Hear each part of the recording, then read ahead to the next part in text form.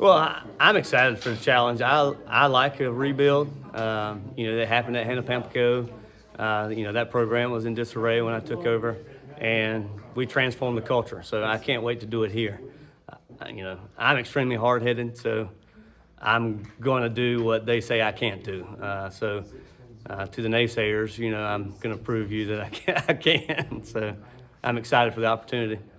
Having kind of been through that, kind of once before, how much does that give you at least kind of a, sort of a blueprint, I guess, kind of going forward? Well, I'm excited to see, it worked there, and I'm kind of excited to see if it's going to work at the larger venue, and I think it will, because what we do is focus on kids. At the end of the day, we're going to make every decision based on what's best for young people, and I think if you keep that in heart, then you're always going to be successful. I think you can turn it around if you have their best interests at heart, so that's what we're going to try and do.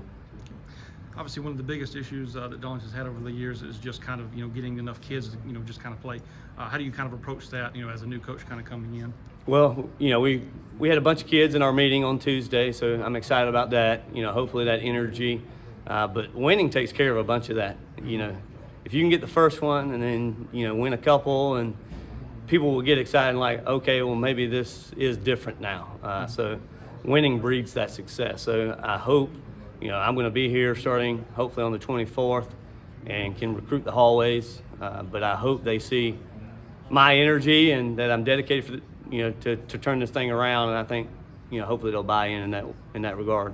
How important is that to kind of have that, build that, and kind of have that feeder program where, you're not looking to, fill those spots every Friday night, basically? Yeah, I know that it starts and ends with the rec department and the middle school team. I already been in contact with them. I ended up the last couple of years coaching a rec team myself in Pamplico just so it wouldn't fold, because I didn't want that to happen to the kids. So if I got to coach a team and do all that, I'll roll up my sleeves and do it just to transform the feeder program here. I'll do whatever necessary to turn it around. Coach, what do you think are just some of the big steps you guys, were looking to take basically kind of in those first few years? Well, everybody talks about, Coach, we want you to come in and be competitive. I don't have that mentality.